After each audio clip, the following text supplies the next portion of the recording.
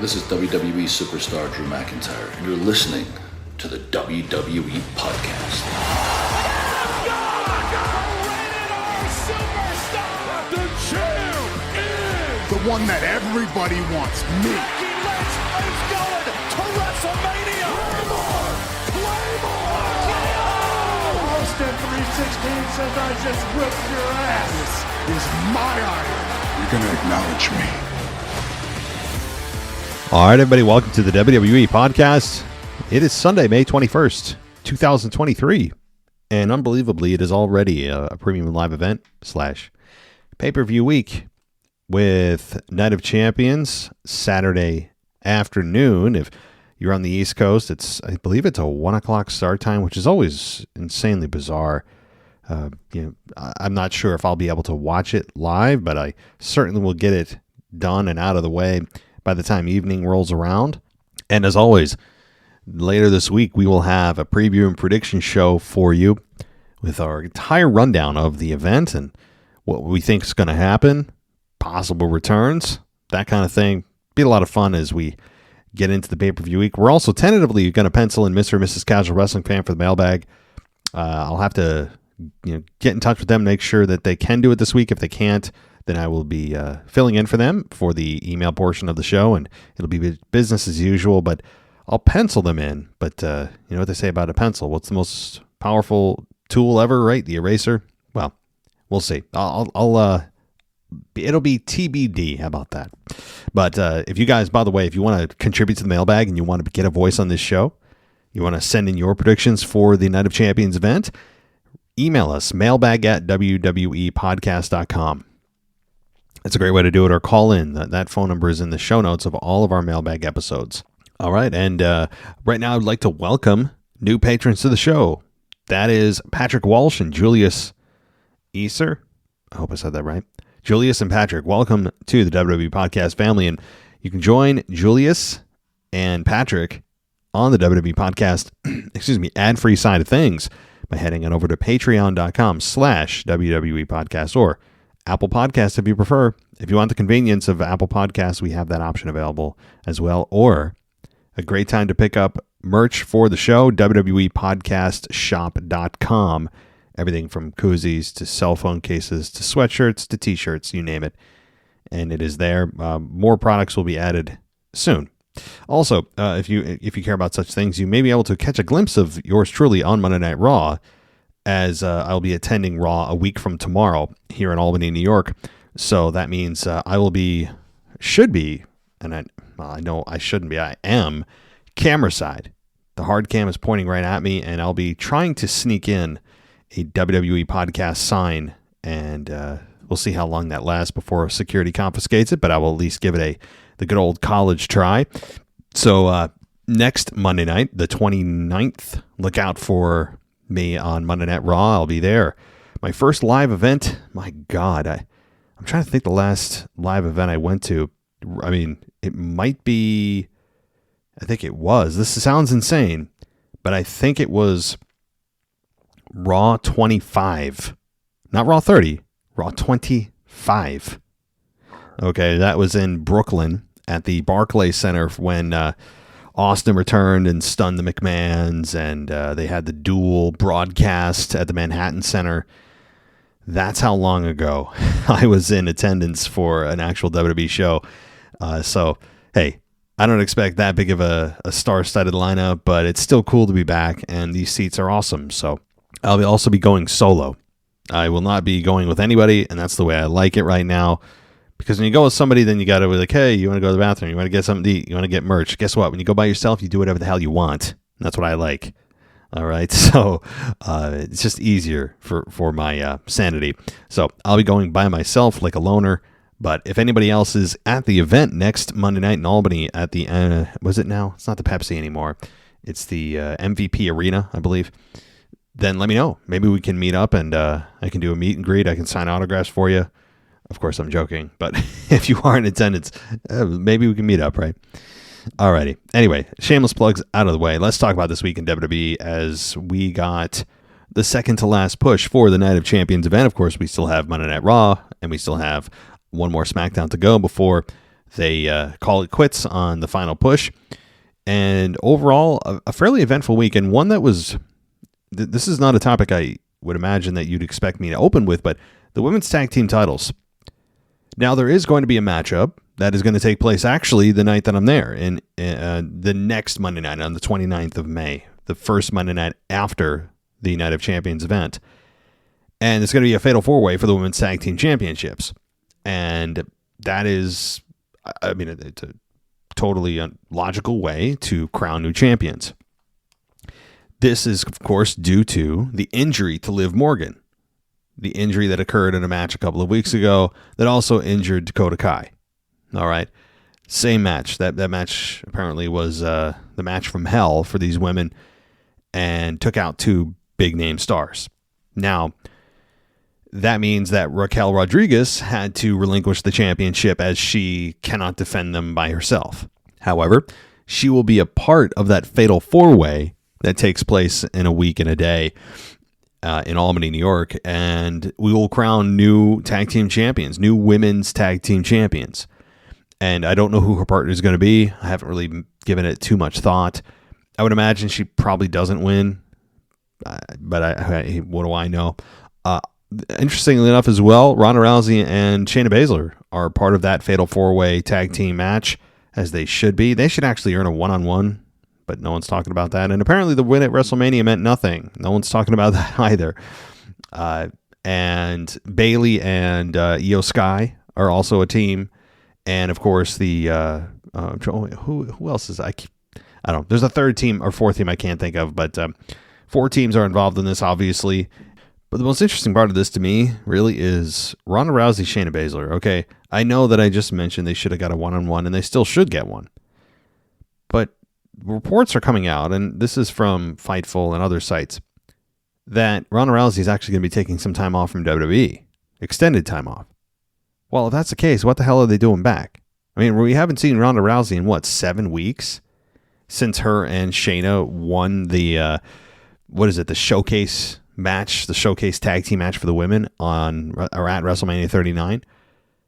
So, well, if you're going to have her disappear, then what is she doing back? I don't know. I'm very confused by Ronda and Shayna. And if it's an injury, well, then again, you're not going to make them champions if she's going to be going away in short order again.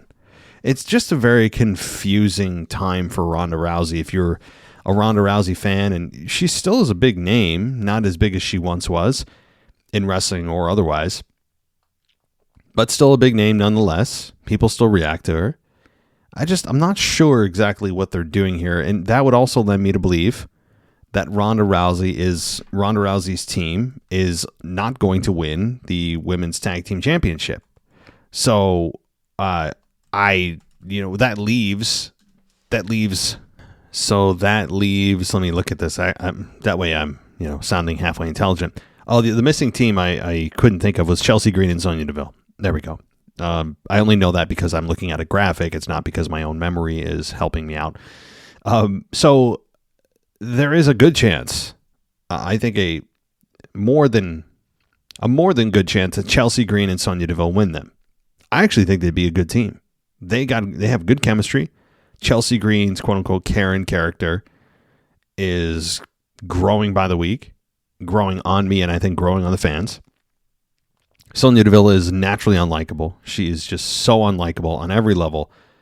And I'm not just talking about professionally, okay? She's obnoxious in other ways.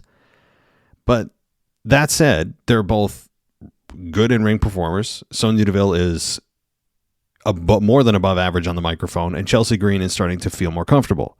Them becoming women's tag team champions is not too far-fetched. So I think they actually are the favorites. Why is that? Again, even though star power-wise, they're arguably at the bottom of the food chain, the thing is, again, as I said, Raquel and her mystery opponent, I think, are maybe number 2. But the thing of that is, having Raquel win a title that she just lost is not that exciting, even if it's with a mystery partner.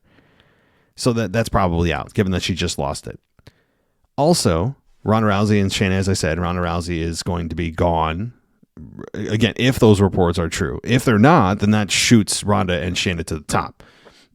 Okay, I'm taking these reports at face value.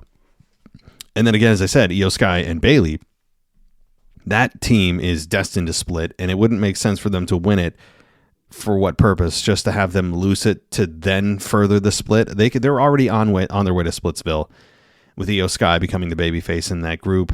It's probably the best thing ever that Dakota Kai got injured, and I don't mean that in a way of insensitive towards the injury, of course, but from a on-camera perspective, even not seeing all three of them together is a refresher. They just don't work well together. The chemistry has never really been there. They have felt like they're oil and water. And having Io split from Bayley can happen without them winning the belts, just to lose them to some other team. So that puts Chelsea Green and Sonya Deville right at the top of the food chain, I think, even though they have the lowest amount of star power in this match. So that looks like to me, as it stands right now, the most likely scenario, the most likely winners. All right. Wow, I can't believe I opened and spent 10 minutes on this, but hey, it was big news. I mean, and they did spend several segments on SmackDown and on Raw dedicated to this, and rightfully so. All right. Let's see. We also got the debut, at least the debut on the main roster, of Pretty Deadly, Elton Prince and Kit Wilson.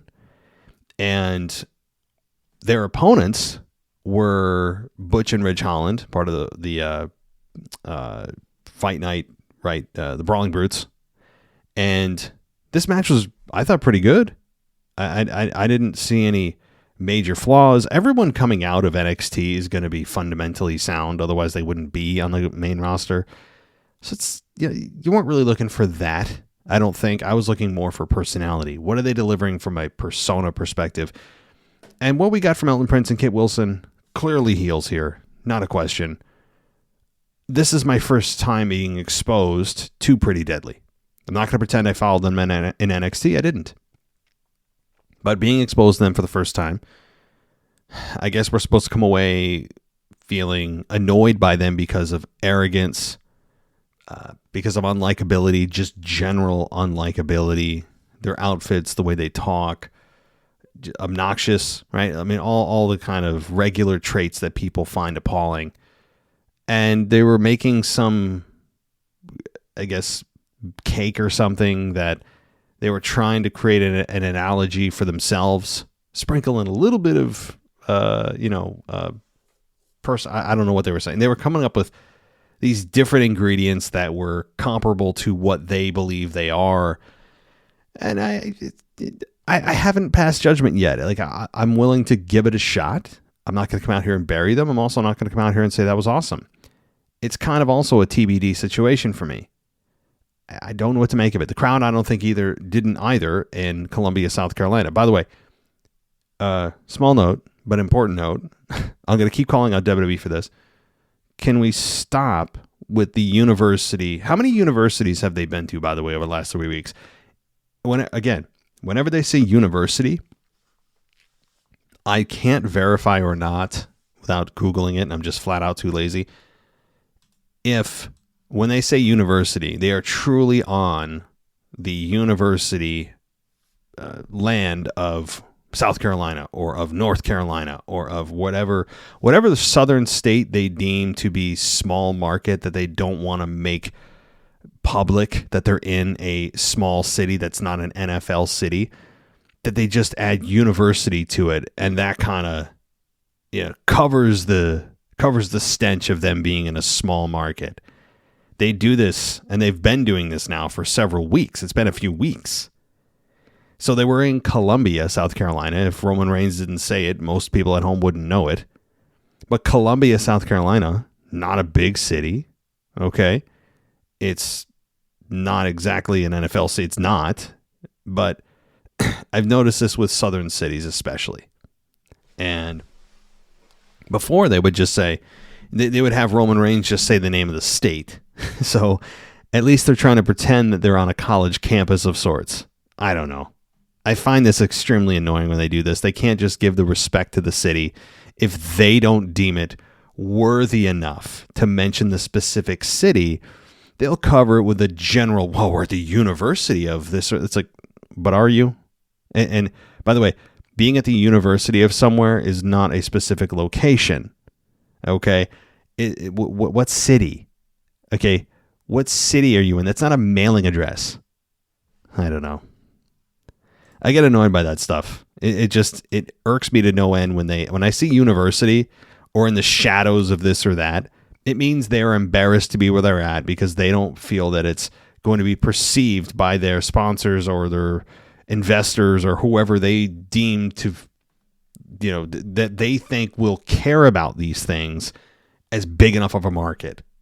And the casual fan sitting at home goes, oh, fine. I don't care if you're in, wherever. Where are you? I don't care, right? Just deliver a good show. I don't give a damn where you are. I don't know why they feel like it's such a big deal. Okay, I'll move on. Anyway, Pretty Deadly beat Ridge Holland and Butch, which is to be expected. As you debut in WWE, it kind of comes with the territory that when you debut, you are pretty much guaranteed a victory. So, again, it was a fine match. No real complaints. It's really, I don't want to say it was nothing to write home about, but it's not something you're going to come away of SmackDown thinking about. I would imagine for most people. All right. So what else happened here? We did get at the beginning of SmackDown, but I haven't even mentioned Roman Reigns once yet. Roman Reigns opened the show and he started talking, or was about to talk, and Sami Zayn and Kevin Owens come out, and Roman said that he has had a special career. He's experienced the highest of highs. He's experienced the lowest of lows. And that is one regret. Oh my God. I swear I'm not having a stroke on the air here. Was wasting any part of his life on him. And then Sami replied that he regrets not hitting him with that chair sooner. And he's dreamt of telling him exactly what he thinks, but now he's here. He has nothing to say. That was kind of disappointing, I have to say. Like when he said that, I'm sitting there thinking to myself, oh, that's kind of a heel move. We've been kind of imagining what you're going to say to Roman once you finally get him back in the ring face to face, and now you do, and you don't have anything to say. It's just, dude. I mean, people can relate to that.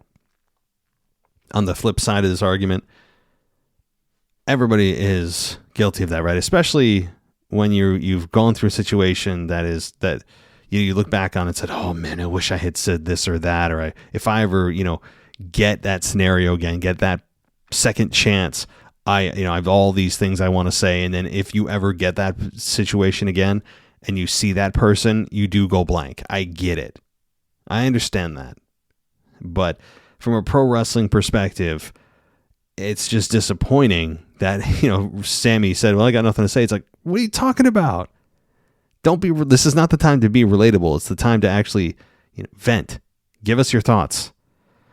And Sami continued, though, and he said that he won't. He told Roman that he's not going to get the Undisputed Tag Team Championships, and said he won't get them because he's not as good as them. And he's not as good as the Usos, for that matter. And the Usos appeared, and they snuck up out of nowhere and attacked Kevin and Sami, and they ended up leaving them laying. Roman seemed put off by this and accidentally bumped into Solo, or purposefully, we don't know.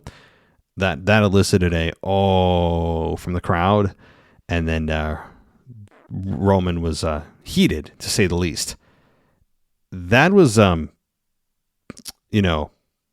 was a good opening segment. I have to say, putting Roman and Sami back in the same ring at the same time is intriguing.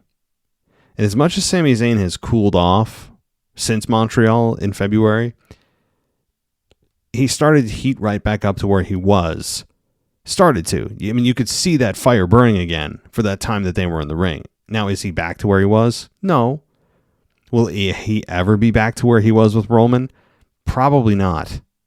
That's a very special, unique situation. A once-in-a-career situation, I hate to say, to be that white hot, for the stars to align in a championship match in your hometown. I'm sorry. It's just probably not going to happen again for Sami. Doesn't mean he can't get a great reaction or get hot again. But to that level is rarefied air. And it takes a special alignment of the stars to have that happen. So, I'm not trying to make a downer out of this segment at all, because I thought this segment was very effective. I'm really trying to highlight the chemistry between Sami and Roman that is still there. Jay tried to explain backstage to Roman they were just trying to help, and Roman said that this was all about the bloodline, not just them. He said he runs the plays. Who's the quarterback? And he has given a good portion of his career to Sami, and he had something to say to him, but now he couldn't because of them. He got frustrated and left. Yeah, that is kind of annoying. One that I did not want to see the Usos show up for, because it was kind of like, yeah, I don't really want to see them fight here. I want to see them talk. I want to see what they have to say to each other. And it was spoiled by the Usos. And now Roman did say he had something to say to Sami, and because of the Usos, we're not going to get to hear it. So that makes me angry at the Usos, not at Roman and Solo. If they're trying to make baby faces out of the Usos, well, this was not a good segment to do that. Because now I'm frustrated with the Usos of spoiling the moment of like, well, what the hell was he going to say? It wasn't about physicality there. It wasn't about fighting there. It wasn't about interacting on that kind of level. It was about interacting intellectually. That unfortunately got spoiled. I'm not saying it was a bad segment or a mistake of a segment. That's not my point. But it did make me want to hopefully see what they're going to do on the follow-up. Now, the question is, was that just a throwaway line from Roman just to put the heat on the Usos or to further the storyline? And in reality, in storyline, well, those are two opposites. Well, in the storyline, there actually is nothing Roman wanted to say. It was just a line he said to further the split with the Usos. Or is there actually something his character wanted to say? I don't know the answer to that. I hope it wasn't just a toss-away line to further the split with the Usos, that he actually has something to say to Sami, because I want to know what that is. All right.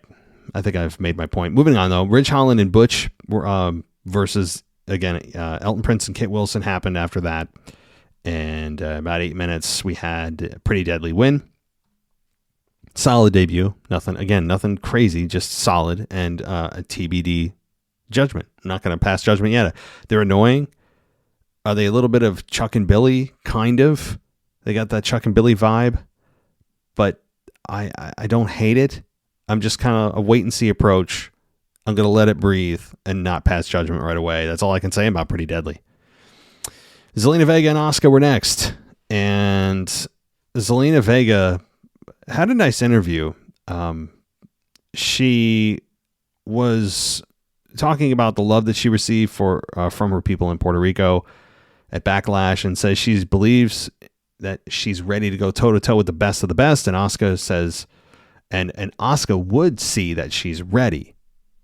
I like this new confidence of Zelina, addressing her height, her size, all that. That's good. Like taking the ammunition away from the enemy is sometimes the best, the best tool you have. If you know that you have a massive weakness, well, why don't you use it as self-deprecating or draw attention to it before your opponent can? And therefore, if your opponent brings it up, it's not as effective. It's like, well, they already addressed that. Find something else, right? So this match was good. Again, the newfound confidence of Zelina, her improvement in the ring, very good. I mean, I have to say, and her reaction in Puerto Rico was maybe one of, if not the highlight of her career. And I remember I was watching that and I was getting emotional for her. So that was easily the best moment of her career. No question. I don't think she would, if she were to come on here, she would disagree with that. Now, after this, after the match, because we did get Asuka locking in the Asuka lock, Zelina loses. We had Asuka refusing to release the hold, and Bianca Belair ran down to make the save, and Asuka grazed her with the mist. Didn't quite get her, but Belair escaped a direct shot. And you saw a little bit on her, and they're really kind of pushing or driving the point home that it's an experimental mist by Asuka. Okay, well, first of all, it looks the same as all of her other mists. Second of all, if we're talking about chili peppers, again, if Asuka is holding that in her mouth, that would not be pleasant. Unless she has developed some kind of numbness or immunity to chili peppers, her mouth would be on fire. The joke would be on her, right? So, I'm not, whatever. I don't hate it. I'm just bringing some just basic logic to this. And the other thing is, not even outside Asuka, because I have no problem with this segment. It's fine. It made sense. Asuka tried to do what she did again. And by the way, a couple things here. I think Michael Cole said that, this is going to be a preview of Night of Champions when we could be watching what happens at Night of Champions. Well, if this happens at Night of Champions and the referee sees it, Asuka's disqualified, right? So, like, he was acting like it, as anything goes, and it's not. I mean, if this is a preview of the Night of Champions match, well, then again, Bianca is going to win the match, maybe not become champion, or rather, she is champion. So we could have Asuka, or rather Bianca, win just by DQ. So anyway, the other thing is Bianca Belair. Are we ever going to hear from her? Or is WWE like trying to hide her from a microphone? Bianca is more than capable of cutting good promos when it's not your kind of cut and paste, just generic promos she's been pumping out the last 6 months, because she's capable of more. And perhaps, I'm not even going to get into it. Y'all know where I want them to go with Bianca, because I see so much potential with her as a heel. But we haven't heard from Bianca at all, right? And if we have, it's been kind of, Asuka says I'm not ready for her, and I'm the EST. It's like, well, stop with the platitude. Stop with the nonsense. Cut to your personality. Stop with the marketing. Stop with, just talk to me. I think Bianca at times misses the mark there. And really, it's a WWE problem as a whole. Sometimes promos, beyond just being too scripted, which, my God, we've heard that for how many decades now. That complaint aside, it just feels like too much like that's not how normal people speak, right? I want to feel like I'm listening to somebody just talking. Not that they're trying to get their taglines in or reinforce their nickname or try to make sure that they say whatever's on their newest t-shirt. I want to make sure I'm listening to a human being. And oftentimes, we don't get that from a lot of men and women. I think that's just kind of some kind of virus in WWE that's just how people speak. It's like, no, that's not how people speak. That's not how normal people speak. Anyway, the other thing is I'm on the complaint train. For those of you that just love when I do this, can we move on, please? As much as, here's the thing, I love Eddie Guerrero. In fact, I appreciate him. Unfortunately, it's kind of an unfortunate side effect, but I have actually learned to appreciate him more after he's been gone than I actually did when he's here. And maybe that's the way life goes as a whole. I don't know if it's because I was 20 when he passed, and I'm 38 now. It's about right. The math is there. I think most people can relate to that, whether it's in pro wrestling or in your real life. Sometimes you don't really appreciate that person until they're gone. So I don't think that's the unnatural thing.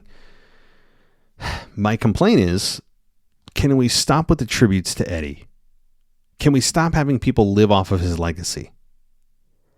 And what I mean by that is, how many people are we going to hear from in their promos or from the announcers that, Eddie Guerrero inspired them to be here. They were, Eddie was their favorite wrestler and paying homage to Eddie. Has there ever in the history of pro wrestling, and that covers everything since its invention, been a wrestler that has died, and over the next, it's rounded to 20 years, there has been so much adoption or I don't know if paying tribute to, or outright stealing, or I don't know what you call this, homage, pick your word, to that person consistently over those 20 years. I can't think of a single one. I can't. I mean, when you look at the people who have done this, I can just rattle off 4 or 5 off the top of my head. Ready? Of course, Rey Mysterio. Right? Of course. Dominic, when he was a babyface and heel now. Those two did many times. We had Sasha Banks when she was here, which, by the way, I think Selena is becoming the new Sasha Banks with her Meteora and her little shimmy that she did during the match here with Asuka, paying tribute to Eddie Guerrero. It's like, stop, please. I understand. We get it. This is like the 80th time this month someone's done this. Okay, so Zelina is another. Members of the LWO as a whole, there's number 4, just kind of like generally. There's 4. I don't know off the top of my head specifically who beyond that, but like I'm just tired of the shimmies. I'm tired of the frog splash and paying tribute to Eddie. Like, I don't know. I'll stop there. I'll let a dead horse be dead. But I love Eddie as much as the next person, and I respect the hell out of his career. It's really sad he's not here, and I don't think he saw his best days in terms of if he was able to survive and make it through and return to wrestling, because I think there were much more successful, sustained, top-level main event years in front of him, before he finally hung up with the boots. And I know he passed in 2005. He probably had, if that didn't happen, another good 4 or 5 years in him, and probably hung it up in 2010. That's my guess. But anyway. All right, let's get off the complaint train here. And the Grayson Waller Effect. So, I thought this was good. Okay. I actually enjoyed the Grayson Waller Effect. I've never seen it before. How it is another talk show of which WWE has a gajillion. That's a real number, I think, right? Just think about this. Carlitos Cabana comes to mind. The Cutting Edge. Of course, Piper's Pit. Let's see, what else? Oh, Chris Jericho's. When he had the Jeritron 5000. What did Talk is Jericho? They had that. Of course, Miz TV, that is still around somehow. Didn't the Peep Show? Didn't Christian have one? The Peep Show? Man, I can't believe I rattled that off. The KO Show, unless I already said that. There's another. Trying to think of another. I don't know if there's another one.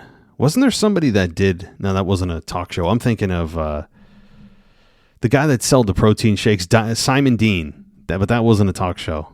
Okay, if you don't know who Simon Dean is, don't feel bad. But those of you who grew up in the early 2000s of wrestling, he sold like protein shakes. That he was like an infomercial host as a pro wrestler. Not a bad concept. I actually thought that he was underrated. Whatever happened to Simon Dean? Anybody know out there that knows who the hell I'm talking about? Yeah, I don't know. He sold protein shakes, infomercial guy. He wore a purple jumpsuit. I remember Austin stunning him, which was really funny. Anyway, way off track. WWE, to close my point, has had a hell of a lot of talk shows, and the Grayson Waller Effect, I thought was effective. Pun intended, I guess. With AJ Styles there talking about how he's dreamed of another opportunity at the world title, and he got injured, and that was the longest he's been out since he's been, wrestling, and that he worked harder than anyone's ever worked to come back and train. That's awesome. That's actually awesome to hear. And part of me believes that. Part of me believes that he believes that. And to see and hear AJ Styles again get serious, I like that. And it reminds you how good AJ Styles can be. And absolutely a first ballot Hall of Famer. So, Grayson Waller then said he was looking forward to the match with Seth Rollins at Night of Champions, and they faced off as the segment ended. So, all right, LA Knight and Rick Boogs versus the Street Profits and which were Angelo Dawkins and Montez Ford. The match lasted just under 4 minutes, with the Street Profits beating LA Knight and Rick Boogs, with Rick Boogs taking the pinfall here after From the Heavens from Montez Ford. And then LA Knight picked up Boogs and delivered the BFT and said that he was disgusted by him or something, or called him trash. So Knight on the losing side of things, although didn't take the pinfall, which is an important detail if you're an LA Knight fan. And boy, he has no business being that over for how few losses and few minutes he has on TV every week. He has no business being this over, which is so encouraging if you're an LA Knight fan. He has an undeniable presence on your screen. An undeniable confidence. It's the way he speaks. I don't know what else to say about it. I could be totally wrong, and he could be the biggest flop ever, and, it could happen. But this is talking in real time. I don't have a crystal ball. And I'm just excited to see what they do with LA Knight, and I hope they see the value in him and realize, hey, we haven't done jack, what with him, and he's still this over. Imagine what the fans are going to do and what the reaction is going to be when we actually do something with him. It's encouraging. All right. Let's see. Footage was then shown of Cameron Grimes humiliating Corbin last week, and then Grimes was interviewed backstage, and he said he was excited to be associated with one of the fastest wins in WWE history, and he wanted to go to the moon. Let's see. All right. Alba Fire and Isla Dawn took on Valentina Feroz and oh boy, this is how you know I've never seen them in my life. Ulyssa Leon. I think I said that right. Isla Dawn and Alba Fire beat them in a minute, and it was just to kind of put over the women's tag team champions, the NXT women's tag team champions, that is. All right. Theory then had a mic, and he said he demanded respect, and he was ganged up on by Sheamus and Lashley last week. He called Lashley obsessed with him and thought he and Sheamus had more in common. He said they were both tough and strong, and they both had beaten John Cena. Theory did it this year, and he said Sheamus did it, 13 years ago? Sheamus came out, looked like he was going to talk, and then just brogue kick Theory. So Theory continuing to flounder a bit off of WrestleMania, which is really just kind of a hard concept to grasp, given that Theory beat John Cena at WrestleMania. And I've gone over this many times as to why and how Theory won is not helping him, but he did beat John Cena at Mania, that's a fact. And how after that win, it didn't really, or WWE hasn't done much to continue to push Theory. Now, this program with Sheamus could be good for both men. And could it end up with Sheamus capturing the United States Championship? Yes, I think Sheamus is a real threat to the championship. I would still venture to guess that they have got a long way to go with Theory as champion, but Sheamus is an absolute credible threat to that championship, and it should be a fun program. All right. So next week, it was announced that Styles versus Karrion Kross and Theory versus Sheamus were going to happen. So Karrion Kross continuing to just apparently have a budget for creating cards with wrestlers' faces on them. I don't know if he has built this into his budget. I don't know, or how he pulls them up, or what kind of tarot card company he's working with. I don't know, but I'm making fun of this, but I'm also not, because I do see the value in Karrion Kross. I know the criticism of him. I know what people are saying about it. It doesn't make sense, and what exactly does he mean? And he's just kind of speaking in riddles. Well, Bray Wyatt speaks in riddles, way more in depth and complicated, and sometimes with no ending and no purpose. Where Karrion Kross may speak in riddles and speak in kind of high level. What's the word I'm looking for? I don't know. Platitudes, maybe? I don't know what the word is. He just kind of says these generic things about everybody, about their time as being up, all that. It just says, hey, you're my next target, right? That's just a fancy way of saying you're next. And I find this in promos, even if I don't completely understand the vocabulary he's using, I find his promos still intriguing. And I do like the addition of Scarlett. I know some people still don't like her. I have no problem with her. She looks, as I've said before, like a throwback from the 1980s. She's got that kind of old school classic look for a female manager. And I think that there are better days ahead from Karrion Kross, who's seemingly growing his hair out, and I like. It's just they can't seem to find a solid program for him. He's just kind of bouncing from one guy to the next. And At least he's on TV. You know, there's that. And I enjoy his character more than most, is what I guess I'm coming down to say. Do I think he's the next Dwayne Johnson? Of course not. Yeah, is he the best talker in the world? No. Is this character kind of here, there, everywhere? We don't really know what its definition and purpose is? Yeah, but there's a lot of guys like that. A lot of guys that have been here a lot longer that I still don't know what the hell they're doing here, or why they're here, what their mission is. So, all right, moving on. We then got the LWO and Ray versus the Usos, and this match was really good. I mean, really good. It was about 15 minutes. It was a long main event. And it ended with the LWO beating the Usos, mostly due to Kevin Owens showing up and distracting the Usos, who were about to go for a double splash. And after the match, Roman was shown backstage looking really unhappy. And it looked like Solo was about to get up and do something, but Roman said no. So, it continues to be that Solo is teasing attacking the Usos, which is going to happen. It's going to happen. I mean, that's the kind of, that's step one, right? When step two, I should say, because the tension is step one.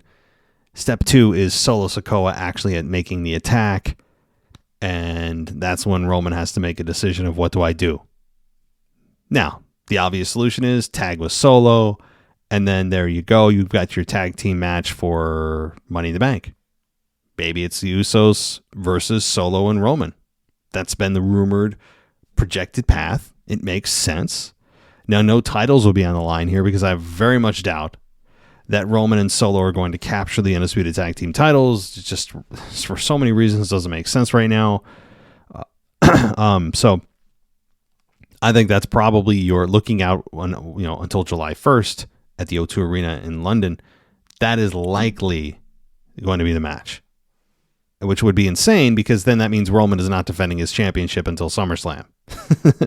When you look at it that way, right? If Roman he's not defending it at Night of Champions, even though it's Night of Champions. Think about that. He's probably not going to be defending it at the Money in the Bank event. Which again, what's the next event? SummerSlam a month later. That's how we've gotten such a long reign for Roman Reigns. It's not the entire reason. It's one of the reasons. I mean, when you have 3-4 month gaps between title defenses, I mean, that's what, like 160 days right there? So, or 120 days. Yeah. So, anyway, it's just something I've noticed that if you haven't, well, there you go. All right. Where the hell are we?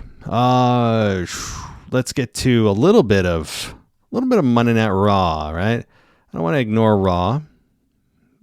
Every week, though, we focus heavily on SmackDown, only because I have a full Raw review every week. And by the time you listen to this, the new Monday Night Raw is coming out tonight, and you don't want to hear about last week, but hey, too bad. You've gotten this far in the episode. You're gonna listen to this whether you like it or not. All right, let's get to Monday Night Raw a little bit and just talk about some of the large, high-level results here. We got a new number one contender for Gunther's Intercontinental Championship. Yeah, we did. Who was that individual? Mustafa Ali, Mr. Positive, who's hopefully going to get absolutely demolished by Gunther. I hope he does. However, it won't happen, and it'll be somewhat competitive because where are they? And how did Ali win this match? I'm sure it has nothing to do with the fact of going to Saudi Arabia. So it'll unfortunately and unrealistically be competitive, but at the end of the day, there's no chance in hell that Gunther is going to drop it to Ali. None. All right, then we got the Undisputed Tag Team Champions of KO and Sami taking on Damian Priest and Finn Balor in a non-title match. And this match was pretty good. It did end with the Damian Priest and Finn Balor beating KO and Sami in 20 minutes. More than that. It might have been a little over 20 minutes. This was a long main event, but worthy of it. And the time was a little bit much, especially with commercial breaks. But these 4 men can go that long, and sometimes that is a positive because you allow these guys to breathe and slow down and all that, which is always better for storytelling. And this was, if I recall, it was because of interference, right? We got interference from Imperium, who had kind of a quick temporary alliance with Paul Heyman and the Bloodline. So, all right, what else happened? We got Raquel Rodriguez versus Chelsea Green. Raquel beat Chelsea in about 3 minutes and 40 seconds with the Tejada Bomb. Kind of not much there to talk about, other than the fact after the match, Ronda Rousey beat Raquel down and held her by just her hair somehow, and Raquel just had no answers for that. All right, we got the end of Sheer, which is Veer Mahan and Sangha with Jinder Mahal versus 2 local guys, and Veer Mahan and Sangha beat them in just under 2 minutes. We got Dominic with Rhea Ripley versus Xavier Woods.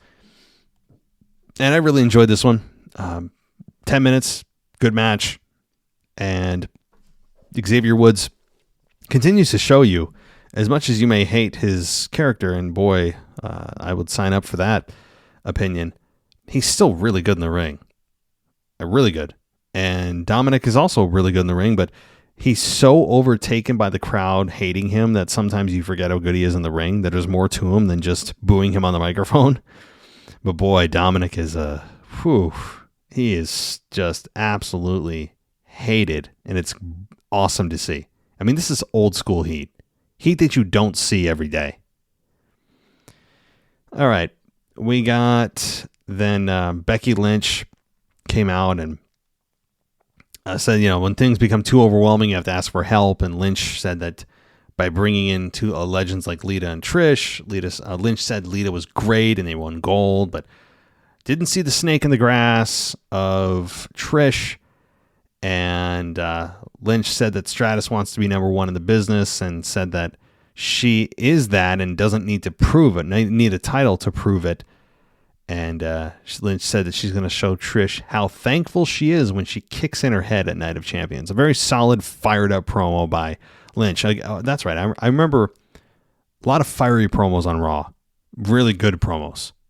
Raw was a very just nice promo night. One that you don't often get. Consistent, across the board, good promos. Fired up. That's what I loved. All right. A battle royal, as we talked about, ended with Mustafa Ali getting the victory. I mean, that was a surprise. If we weren't going to Saudi Arabia, I mean, Ali would have been eliminated like number 1 or 2. But the power of Saudi Arabia certainly looms large in this match, and it ended up with Ali getting the victory. But I actually thought it was Riddle. That's who I thought it was going to be, but it wasn't. It was not meant to be. And I've said enough about that. But the first match was with Shinsuke and The Miz, with Shinsuke getting the victory on The Miz in about 9 minutes. So, I mean, Miz very rarely wins. I don't know what more to say about The Miz at this point. He's just kind of there.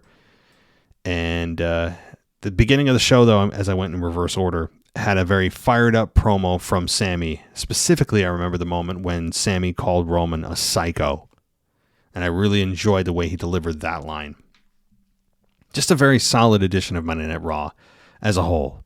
Furthered storylines. Sure, it had some slow points, but it started introducing new talent with Indus Sher. Brought back the Intercontinental Champion of Gunther and identified his next opponent. Continued the storyline with KO and Sami and the Bloodline, which hopefully does come to a complete end at Night of Champions. I'm kind of ready for it to be over. But yeah, just a nice, solid overall week of wrestling. I mean, when you look at both shows, I don't have any major complaints. I mean, I did spend 20 minutes breaking down issues of WWE not mentioning small cities and people overusing Eddie and all that.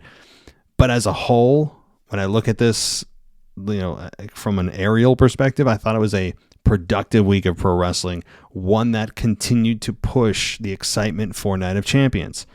And they're billing it as 3 main events. I mean, I kind of beg to differ on that. But they need to have some kind of marketing, right, and some kind of excitement to give the Saudi Arabian people or the sell, right? They need to sell them something, and they're trying to sell them 3 main events. Again, not so much, but fine. We'll roll with it. Other than that, guys, a good week, a busy week coming up for WWE and me and you, right? Because we have the Night of Champions event, means we've got more video, which, by the way, you can check me out on YouTube if you haven't already. I'm trying to get more on YouTube and more, get exclusively more on what is it? Patreon, right? Because you guys on Patreon deserve more video. I'm going to try to deliver that for you this week, especially given it's a pay-per-view week. Get on the Discord server, guys. Great place to be as well for patrons. Great little chat area for those of you that want to talk wrestling with other wrestling fans and talk about it with other patrons. A very respectful, fun community. I really like, I've gone in and checked the last week or two, and you guys are generally very nice to each other and keep it PG mostly, which, hey, I'm not your mother. You can do and say what you want, but to an extent, So that said, guys, if you want to give us a 5-star rating, it does help us out on Spotify or Apple Podcasts. You can sign up for ad-free on Apple Podcasts. You can sign up for ad-free on WWEpodcast.com or go to WWEpodcastshop.com. Lots of ways to support the show, monetarily or not. You can just take 5 seconds and rate us, because 5 stars is the only rating you're going to give us, right? Right? The answer is yes. Say yes, Matt. Okay. Now I've just got myself at least 10 1-star reviews. All right, I'm gonna end this before I get myself in more trouble. Thank you guys for listening. I'll be back tomorrow with Anthony DeMarco as we cover the current state of WWE and likely focus our topic on Night of Champions and maybe an early preview and prediction show from him and I. How about that? All right, thanks guys so much for listening. As always, take care, and I'll talk to you next time. Thanks for listening to the WWE Podcast. Don't forget to subscribe on your favorite podcast app so you don't miss a show, or head to WWEpodcast.com. And for all of these shows ad-free, head over to patreon.com/WWE Podcast. Until then, we'll see you next time.